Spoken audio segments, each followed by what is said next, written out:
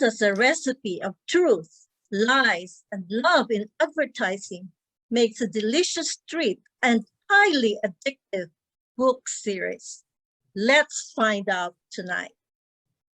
Greetings and welcome to the July 2021 edition of the South Florida Writers Association, a nonprofit organization whose mission is to promote literary arts and support of writers. Visit www.southfloridawriters.org for more information and member benefits. My name is Evelyn Benson, and I am thrilled to introduce our featured author, Adele Royce, who will discuss her trilogy of novels tonight, and her 3 books, Princess Mime, Camera Ready, and For Position Only. Miss Royce, born and raised in Los Angeles, graduated magna cum laude from Arizona State University with a Bachelor of Arts in English Literature. She survived the insanity of the Las Vegas Strip, where she worked for many years as an advertising and public relations executive. Her personal experience with the industry's creativity and chaos gave her inspiration for her multiple book series entitled Truth, Lies, and Love in Advertising. She lives with her husband in South Florida, where she is active in the writing community. Her short stories have won numerous first-place awards.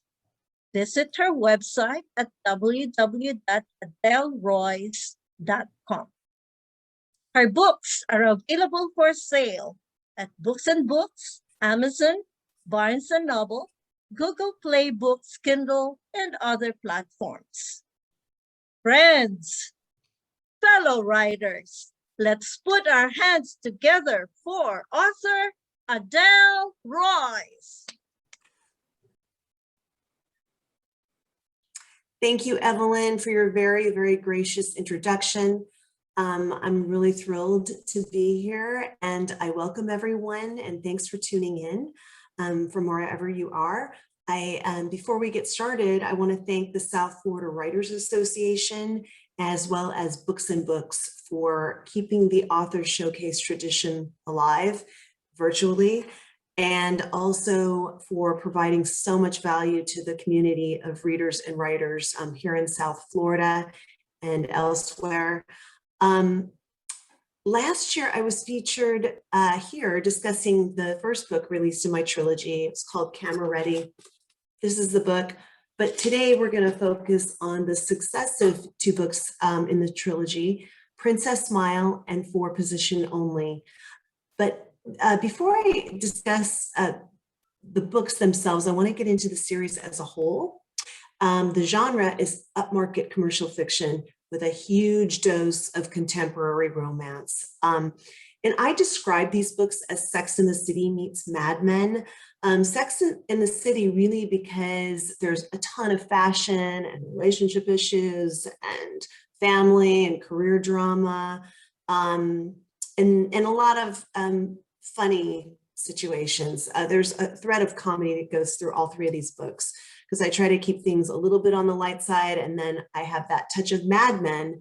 And the Mad Men side is really the real world of advertising, in which I spent most of my career, and that has some darkness if you watch that series, and all about the advertising world and kind of the behind the scenes look. I highly recommend this series if you're looking for a beach read or a vacation reads, because they are fun, and it's the start of summer, so why not? And so several of my readers commented that with the series, I created this world that really didn't exist before. And I put some thought into that, because it really was a compelling thing to think about. This world never existed. It really is an escape. It's, you know, a world that I created. And I got with my marketing team and we came up with a really cool way to present the series. So I'm going to take you and I'm going to share my screen to my website, which just recently debuted. It went live like a week ago. And so this is the world of Adele Royce. And this, I'm just going to take us through, before I read a couple of passages from the books, just take us through the website because it really tells you a lot. And I'm like you, if I've never read an author and it's a debut novelist, I'm sort of, I want to know a little bit about what I'm getting before I commit to reading the book. So why don't we talk a little bit about the website? So here we go. Truth, Lies, and Love in Advertising, a highly addictive book series. So as you can see, there's a spray of pink and leopard and lips and purple, and we have the LA skyline here because all three books are set in Los Angeles where I grew up. And I want to say something about the way I release the books and the order I release them. I released Camera Ready first, but Camera Ready was actually the second book that I wrote. And I wanted to release that book first because I wanted the reader to sort of get in media res. So you're starting in sort of the middle of the action, and there's some baggage from the past that you find out about when you read the book. And then, of course, For Position Only is the sequel. So I released Camera Ready, I released the sequel For Position Only, and then just a couple weeks ago, I released the prequel to Camera Ready, Princess Smile. So I would suggest, you could read these books in any order, really. You could pick one and just read one and you won't feel left out, like you need to read the other books. But if you're going to read them in order, I would suggest reading Princess Smile first, reading Camera Ready, and For Position Only last, because that is the grand finale. So these books, I'm going to tell, a little bit about what it is. And I kind of encapsulate it here. Welcome to the City of Angels, where angels don't really exist. This is the unsettling world of Los Angeles advertising, where glossy, high fashion campaigns obscure the power, sex, and corruption underneath. Okay, and so we have these sort of icons, if you can see them, the yacht, the plane, the high heels, and the champagne sort of give you an idea that it's a little bit of a jet setting world that I've created. And of course, I just want to highlight that Books and Books is always the first buy option on my list, only because we all want to support our local booksellers. So one of the things that I want to draw your attention to is the characters. But before we get into them, I'm just going to read this. This is a world whose inhabitants think nothing of blurring moral and ethical barriers. They play to win, but winning comes with a heavy price. And there are no angels in this book for sure. Every character is flawed, but one of the comments I get a lot from my readers is that the characters are so memorable and they want to know them, or they feel like they do know them and they kind of jump off the page. And even I had a woman reader who said, I want to go shopping with Jane. And what's so funny is it was before Princess Smile was released. And I said, oh my gosh, this is your book, because there's a scene that any woman who likes shopping would be in a total fantasy world. So it was just a great comment, I thought. So the characters, here's what we did with the website. We thought we'd introduce the main characters. I'm gonna scroll us down here because these two people here, Jane Mercer and Craig Keller, are the main characters. Now, what I did with Jane, our heroine, is she actually is the narrator of both Princess Smile and Camera Ready. And so her voice, her perceptions, her POV is all you really see for the first two books. And so I'm going to show a little bit about her because we had some fun doing descriptions of these guys. So if you hover over her, we find out that she's age 26. I actually started them with the first book. So she's in Princess Smile, she's 26 years old. She is director of accounts at Warren Mitchell and Associates.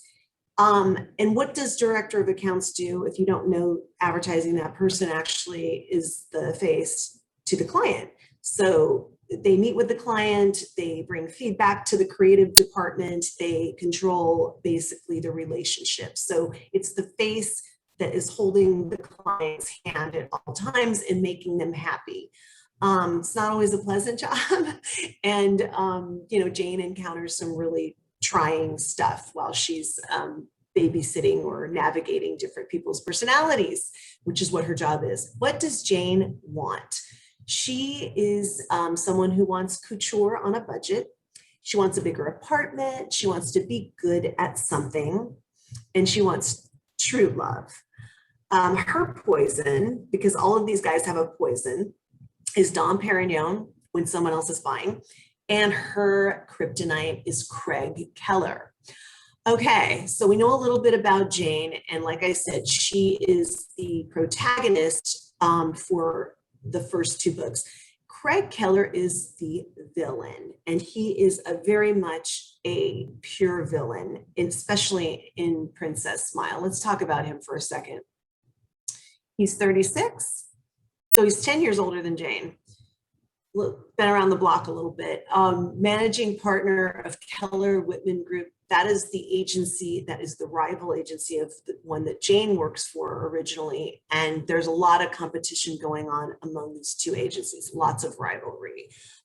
Craig resides in Brentwood. If you don't know California, Brentwood is a very affluent area, obviously, because Craig wants original Chagalls and beautiful women and relentless workouts and to win at all costs. His special poison is a rare scotch that he keeps in a wall safe next to his bed.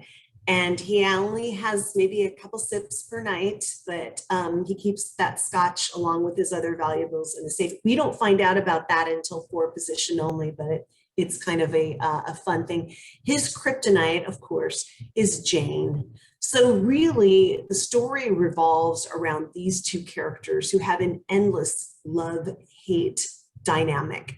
They're either lovers or they're enemies, or they're manipulating each other, or they're stabbing each other in the back, or they're in love, or whatever. So these two are the stars, right? But every star or pair of stars needs a supporting cast. So what we did is create basically the same type of profile for these other characters. And I'm just going to go through them quickly. If you want to check this out and have some fun with this site, I urge you to go to AdeleRoyce.com and just check them out, read them yourselves, because they all have, an occupation, they live somewhere, they have wants, and they have a poison and a kryptonite. Derek is Jane's love interest through all the three books. And basically, just to quickly tell you about my characters, these 8 appear in all 3 books, but they may have a lesser or a bigger level of importance. And that's because I'm talking out of 2 different people's point of view. So in 2 books, you're in Jane's head. So she obviously has friends and she has a love interest. But then when you're in Craig's head, there's a whole other set of characters, and these other characters may be on the periphery. So what I try to do is drop some of the minor characters in Princess Smile that you'll meet there. And then you'll see these same characters in Camera Ready. And then I'll drop some of those characters off, and then for position only, we'll spotlight a few more. So really quickly, Marissa Silva is Jane's best friend. She's a news anchor at KVLA, which is a fictitious station in LA that I made up. This is Warren Mitchell, that's Jane's boss. He is managing partner of Warren Mitchell and Associates. And if you know something about advertising, his big claim to fame is that he was mentored at a youthful age by David Ogilvy, which is a big deal, really, if it were true. Kat Blakely is one of Jane's friends. She appears strongly in Princess Smile and in Camera Ready, but she kind of plays a lesser role in For Position Only. Jeffrey Vance That's Jane's work husband. He is the creative director at Warren Mitchell and Associates. Again, he's kind of like Jane's brother, the one she never had. So he's in all three books and is always has a pretty decent role, supporting role. Bobby Silverstein is the media queen, we call her. She works for Craig Keller, actually, and we don't meet her until Camera Ready, but she becomes a very, very strong and pivotal role in For Position Only. She's very close to Craig, which is an unlikely thing when you kind of get to know him, but he is very, very close to her. Alonzo Costa is the creative director at Keller Whitman Group. Again, somebody we don't meet until Camera Ready, but he plays a really, really solid role in For Position Only. I call him Craig's creation, and I won't tell you why. You'll just have to find that out by reading. Hayden. Okay, so Hayden Town is the woman you love to hate. I actually made her, she becomes like sort of a sub-villain in this novel. And she works for Craig, but then I really, really smoothly slide her in to this novel as the villain.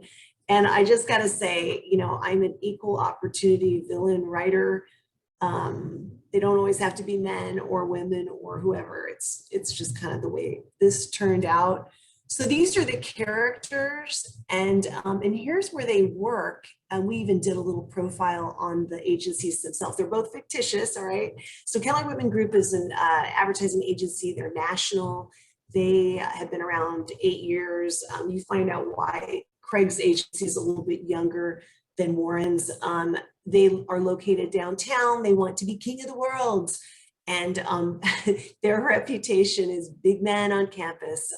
So they are the main agency. Warren Mitchell and Associates, they are what we call a boutique agency. So they're smaller. They don't have as many employees. They're located downtown Santa Monica, maybe a little bit more casual atmosphere. But what do they want?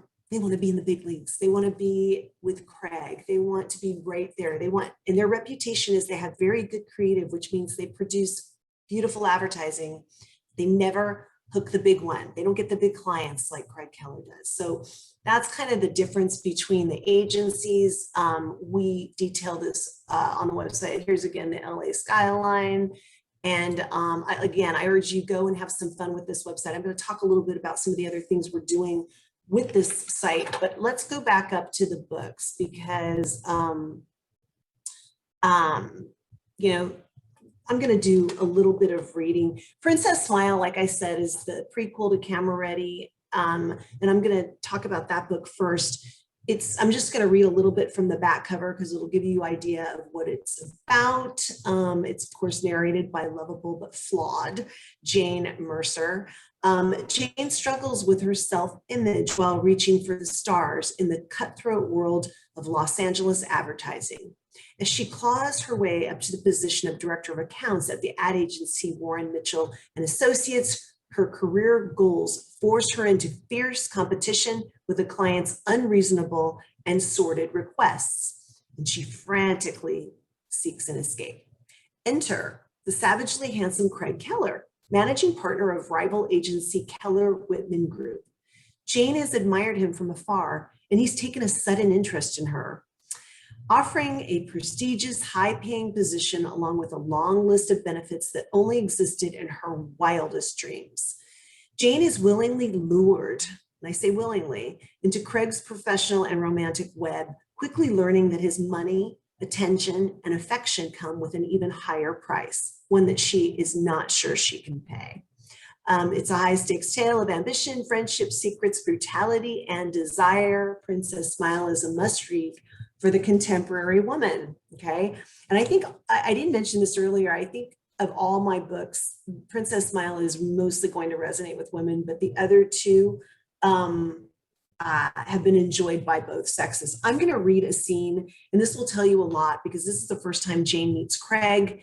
We know from the cover copy that she has admired him from afar, but I'm just gonna read a little bit about their first meeting so you can kind of get an idea of, and again, this isn't her voice, this is in Jane Mercer.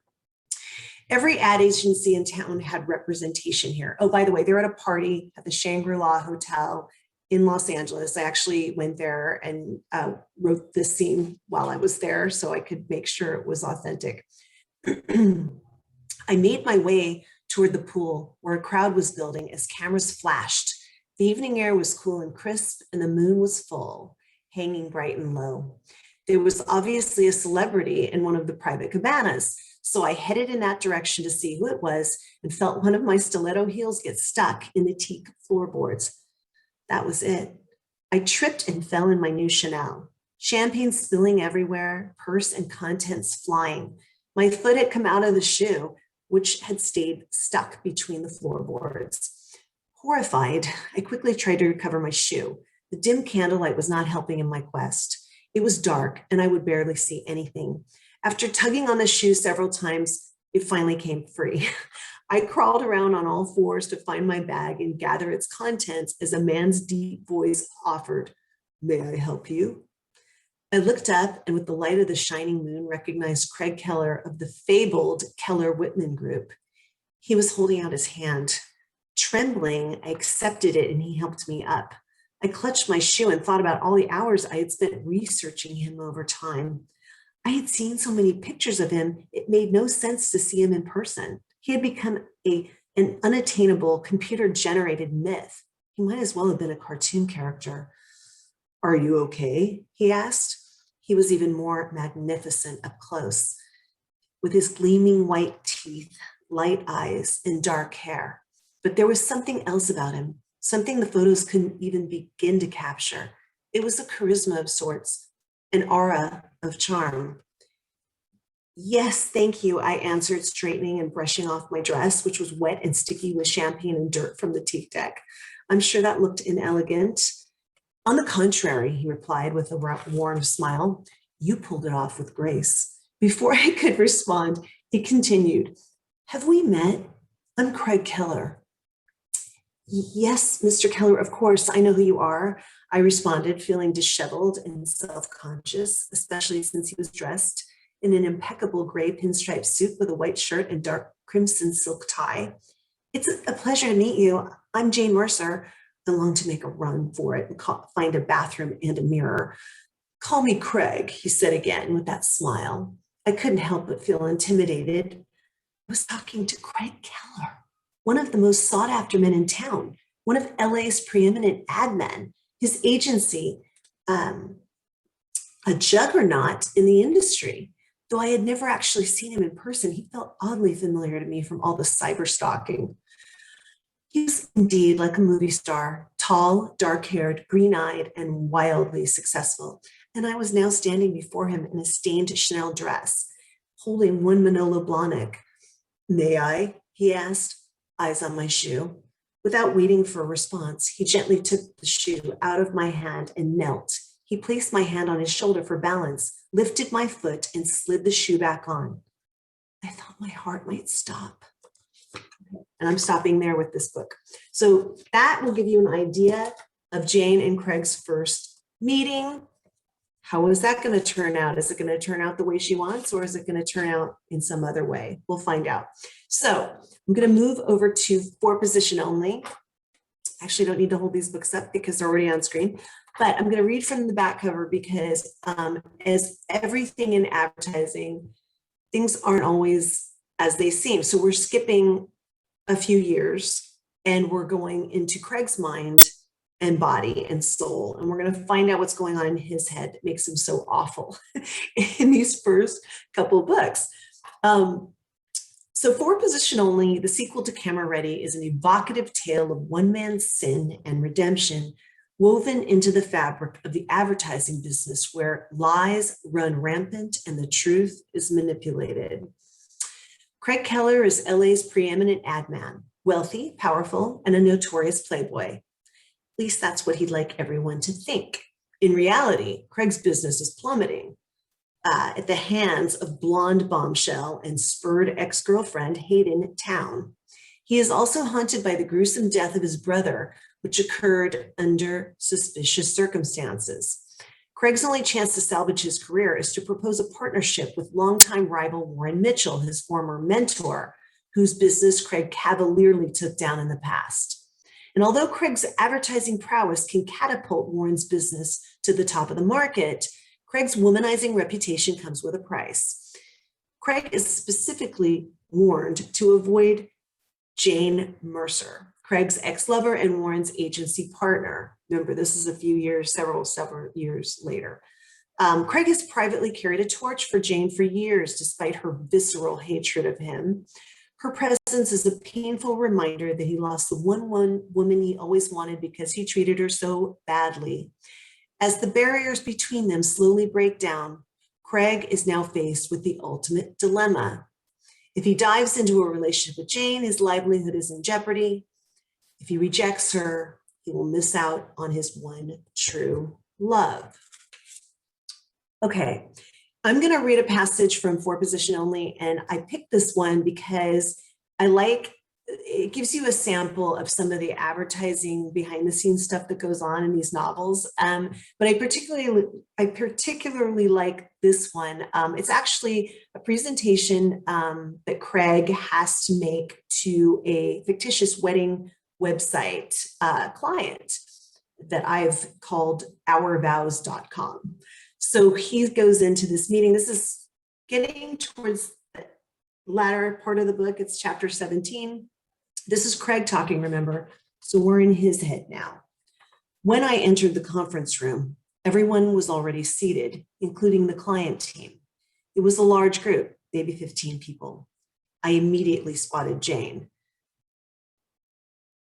There was one open chair left directly across from her and next to Warren.